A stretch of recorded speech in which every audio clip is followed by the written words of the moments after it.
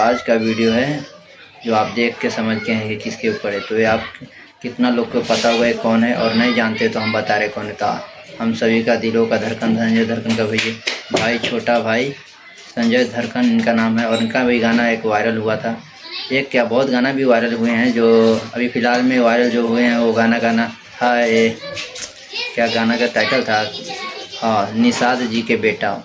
वो गाने का वायरल जो हुआ था उसका टाइटल है निषाद जी का बेटा।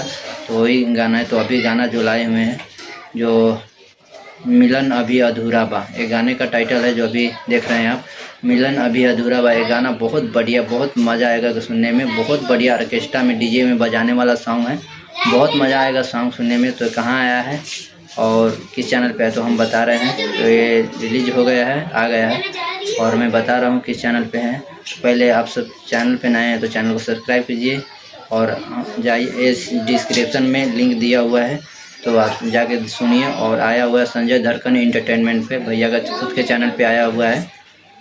और बहुत सुनने में बहुत मज़ा आएगा, गाना बहुत बढ़िया गाना है, ऑडियो गाना आया हुआ है। और खूब एंजॉय कीजिए, सुनिए, और डीजे पे ऑर्केस्ट्रा में बजाइए, बहुत मज़ा आएगा सुनने में।